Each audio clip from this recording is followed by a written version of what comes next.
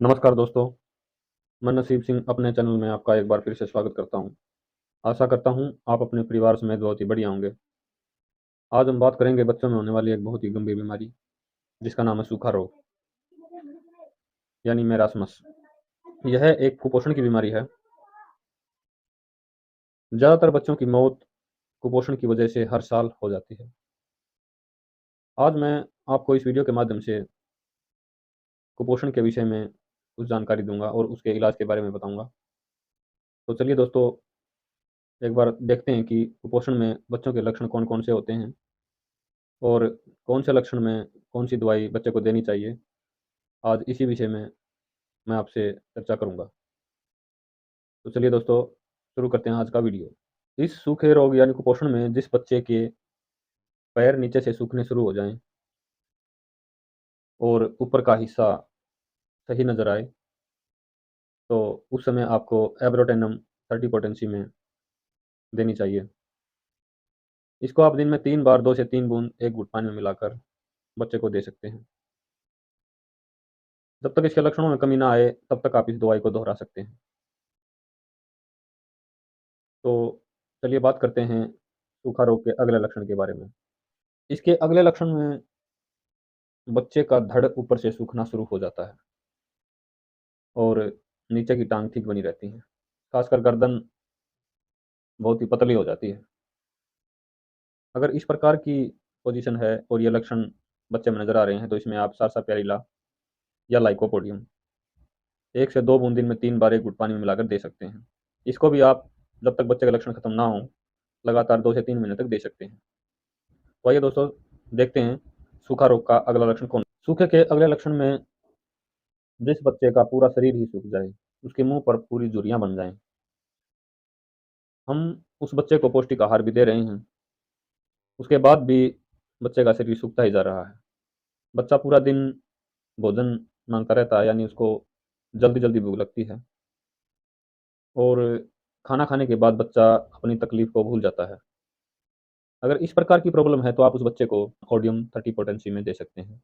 2 से 3 बूंद दिन में 2-3 बार एक घुट पानी में मिलाकर लगातार 1 से 2 महीना तक दिए जा सकती है।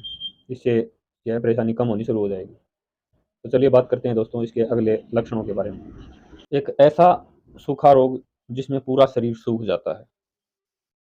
बच्चे के शरीर से बाल झड़ने शुरू हो जाते हैं, खासकर उसके सर से। अगर इस प्रकार की समस्या है तो आप इसमें सिफिलिनम 30 पोटेंसी में 2 से 3 बार दिन में दे सकते हैं। यह इस रोग में काफ़ी उपयोगी मेडिसिन है। इसको भी आप लगातार 1 से 2 महीना तक दे सकते हैं। इसके अगले लक्षण में बच्चे का सारा शरीर सूख जाता है। बच्चे के चेहरे पर झुर्रियाँ आनी शुरू हो जाती हैं और बच्चा लगातार मीठा खाने की प्रवृत्ति का हो जाता है, यानी उसे खाने में केवल मीठा ही स्वाद लगता है। अगर इस प्रकार की समस्या है तो इसमें आप अर्जेंटेनम नाइट्रेकम 30 पोटेंसी में दिन में 2 से 3 टाइम एक घुट पानी में मिलाकर लगातार 1 से 2 महीना तक दे सकते हैं। जैसे लक्षणों में कमी आए आप दवाई को बंद कर सकते हैं। तो चलिए दोस्तों, देखते हैं सूखा रोग का अगला लक्षण कौन-सा है और उसकी कौन-सी मेडिसिन है। इस सूखा रोग के लक्षण में बच्चे का सिर और पेट काफ़ी बड़ा हो जाता है, जबकि उसकी गर्दन और टाँगें काफ़ी पतली रह जाती हैं। बच्चा बिल्कुल थुलथुला हो जाता है और उसे जहाँ भी बैठा दिया जाए, उसका उठने का मन नहीं करता।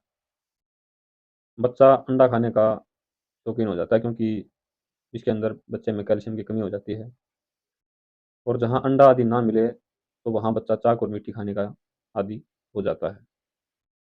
अगर इस प्रकार की समस्या है तो इसमें आप कलकर या कार्ब दे सकते हैं। कलकर या कार्ब इसमें बहुत ही बढ़िया रिज़ल्ट देगी।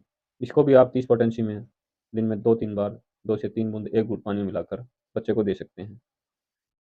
यह दवाई भी आप लगातार 15 से 20 दिन या इसे 20 से 30 दिन तक भी दे सकते हैं, यानी जब तक आपको ये लक्षण नज़र आएँ, तब तक आप दवाई को दे सकते हैं। तो चलिए दोस्तों, देखते हैं सूखा रोग का अगला लक्षण कौन-सा है और उसकी दवाई कौन-सी है। इसके अगले लक्षण में बच्चा भोजन या दूध की उल्टी करनी शुरू कर देता है। साथ में पतले दस्त भी बच्चे को हो जाते हैं। इसके अलावा बच्चे की जीभ के ऊपर सफ़ेद परत जमनी शुरू हो जाती है। बच्चा काफ़ी चिड़चिड़ा महसूस करने लगता है। अगर इस प्रकार की समस्या है तो इसमें आप एनकिन क्रूड 30 पोटेंसी में दिन में 2 से 3 टाइम 1 से 2 बूंद 1 घूंट पानी मिलाकर खाली पेट बच्चे को दे सकते हैं। जब लक्षणों में कमी आनी शुरू हो जाए तब आप इस दवाई को बंद कर दें। तो ये देखते हैं दोस्तों, इसका अगला लक्षण कौन सा है। इस सूखे रोग में बच्चे के शारीरिक विकास के साथ साथ उसका मानसिक विकास भी बौना रह जाता है और बच्चा काफ़ी चिड़चिड़ा स्वभाव का होना शुरू हो जाता है। अगर ये समस्या है तो आप इसमें बेराइट कार्ब 30 पोटेंसी में 2 से 3 टाइम 1 घूंट पानी में मिलाकर बच्चे को लगातार 2 से 3 महीने तक दे सकते हैं। इससे बच्चा ठीक होना शुरू हो जाएगा। तो चलिए देखते हैं इसका अगला लक्षण कौन सा है। अगर सूखे रोग में बच्चे की गुदा में खुजली हो रही है, उसको पतले दस्त आ रहे हैं, उसके पेट में कीड़े हो गए हैं, या बच्चा लगातार नाक में उंगली मार रहा है, इसके साथ साथ बच्चा झूलने की जिद करता रहता है, तो इसमें आप सीना 30 पोटेंसी में दे सकते हैं। इसी दवाई को भी आप दिन में 2 से 3 बार 1-2 बूंद 1 घूंट पानी मिलाकर लगातार 10 से 15 दिन तक दे सकते हैं। जब समस्या खत्म हो जाए तो आप इस दवाई को बंद कर दें। तो दोस्तों देखते हैं सूखा रोग का अगला लक्षण कौन सा है। अगर सूखे में बच्चे को दिन में दस्त लगते हों और बच्चा रात को सही रहता हो, बच्चे के दस्तों में से प्याज की बदबू आती हो, तो इस विषय में आप बच्चे को पेट्रोलियम 30 पोटेंसी में दे सकते हैं। 1 से 2 बूंद वही 1-2 घूंट पानी में मिलाकर बच्चे को दिन में 2 से 3 बार दें। इससे बच्चे को आराम होना शुरू हो जाएगा और जैसे लक्षणों में कमी आए आप दवाई को बंद कर दें। तो चलिए दोस्तों देखते हैं सूखा रोग का अगला लक्षण कौन सा है। इस सूखे रोग में बच्चे को बिल्कुल पतले दस्त आने शुरू हो जाते हैं। इतने पतले दस्त आते हैं जैसे नल से पानी निकल रहा हो। अगर इस प्रकार की समस्या है तो इसमें आप फास्फोरस 30 पोटेंसी में बच्चे को दे सकते हैं। मात्रा वही है 2 से 3 बूंद 1 घूंट पानी में मिलाकर दिन में 2 से 3 बार लक्षणों में कमी आने तक बच्चों में ये दवाई दी जा सकती है। तो चलिए दोस्तों देखते हैं सूखा रोग का अगला लक्षण कौन सा है। इस सूखे रोग में इस सूखे रोग में बच्चे का सिर बड़ा हो जाता है और बच्चे का पूरा शरीर सूख जाता है। बच्चा जब भी सोता है तो उसके माथे पर पसीना आ जाता है। अगर इस प्रकार का लक्षण है तो साइलीसिया 30 इसमें बहुत ही बढ़िया आराम दिलाने वाली दवाई है। इसे आप दिन में 2 से 3 बार 1 से 2 बूंद 1 चम्मच पानी में मिलाकर बच्चे को लगातार 1 से डेढ़ महीना तक दे सकते हैं। अगर ये आपको लगे कि बच्चे में थोड़े बहुत लक्षण और भी हैं तो आप इस दवाई को थोड़े दिन और भी दे सकते हैं। ये इसमें बहुत बढ़िया काम करती है। तो चलिए दोस्तों जानते हैं सूखा रोग का अगला लक्षण कौन सा है। सूखे रोग में और बहुत सारे लक्षण आपने मैं पीछे बता चुका हूँ, लेकिन इसमें मैं आपको कुछ विशेषता बताता हूँ कि ज़्यादातर बच्चे इसी प्रकार के सूखा रोग से ग्रसित होते हैं जो मैं अभी आपके सामने बताऊँगा। इसमें बच्चा पूरा सूख जाएगा, बच्चे के शरीर पर फोड़े फुंसियाँ निकल आएँगी, बच्चे को उल्टी या दस्त या कब्ज़ इनमें से कोई सी भी शिकायत हो सकती है।